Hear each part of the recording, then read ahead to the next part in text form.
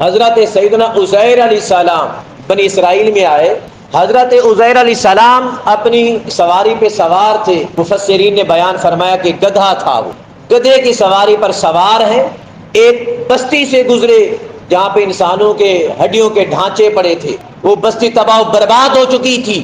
آپ نے ہڈیوں کو دیکھا. ہڈیوں کو دیکھ کر آپ نے فرمایا یا الہی، حالانکہ نبی ہے، سب کچھ جانتے ہیں، لیکن پھر بھی سوال کر رہے ہیں لوگوں کو معلوم کرانے کے لیے کہ باری تعالیٰ تو ان ہڈیوں کو دوبارہ کیسے زندہ کرے گا. اب وہ ایک دیوار کی ٹیک لگا کر بیٹھے تھے یا کسی درخت کے نیچے ٹیک لگا کر بیٹھے تھے، سفر کر رہے تھے. تو دوران سفر ان کے پاس کھانے پینے کا کچھ سامان بھی تھا.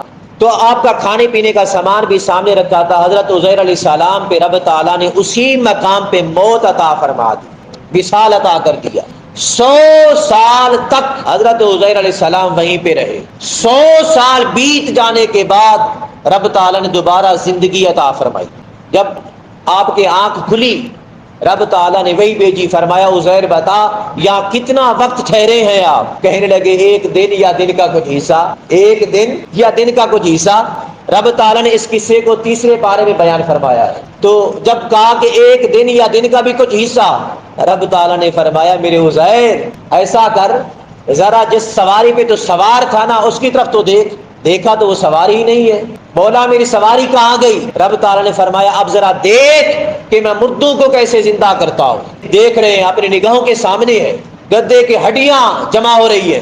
کوئی ہڈی کہاں سے اٹھی، کوئی ہڈی کہاں سے نکلی، آ کر ایک ڈھانچہ بن رہا ہے ہڈیوں کا آنکھوں کے سامنے. جب ڈھانچہ بن گیا، ڈھانچے پر گوشت لگا، اس پر چمڑا لگا، اس پر بال اگے.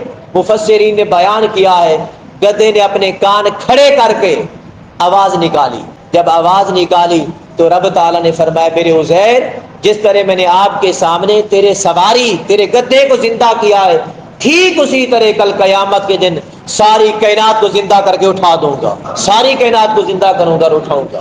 پھر فرمایا اپنے کھانے کی طرف دیکھ. کھانا دیکھا، سب کچھ دیکھا، موجود تھا. اب گدھا تو مر چکا تھا اور مٹ چکا تھا، مگر کھانا نہیں خراب ہوا تھا. یہ بھی قرآن مجید کے الفاظ ہیں. کھانا نہیں خراب ہوا تھا کیونکہ وہ نبی نے کھانا تھا، تناول فرمانا تھا. اور حضرت عزیر علیہ السلام کا یہ بتا دینا کہ ایک دن یا دن کا کچھ حصہ رہا ہوں، حالانکہ 100 سال بھی چکے تھے. حضرت عزیر علیہ السلام جب دیکھا ہوگا اپنے کپڑوں کو، اپنے لباس کو، اپنے کھانے کو، وہ تو تازے کا تازہ تھا سب کچھ.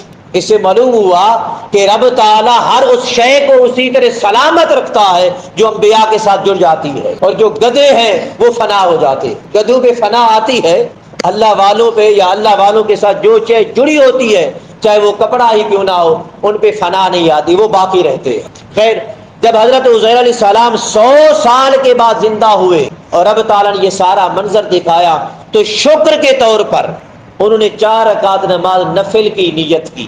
4 رکعت نماز نفل کی نیت کی، اور وہ عصر کا وقت تھا. انہوں نے عصر کے وقت 4 رکعت نماز نفل ادا کیے. جب حضرت محمد مصطفیٰ صلی اللہ تعالی علیہ وسلم کی امت کی نماز کی باری آئی ان کو عطا کرنے کی، تو رب تعالیٰ نے ان 50 وقتوں میں سے عصر کے وقت کو اختیار فرمایا. فرمایا عصر کے وقت وہ جو حضرت عزیر علیہ السلام نے شکر کے 4 رکعت نماز نفل ادا کیے تھے، وہ امت مصطفیٰ کے لیے فرض نماز بن جائے گی اور وہ نماز عصر کہلائے گی. یہ یاد ہے نا، تاکہ وہ یاد باقی رہے.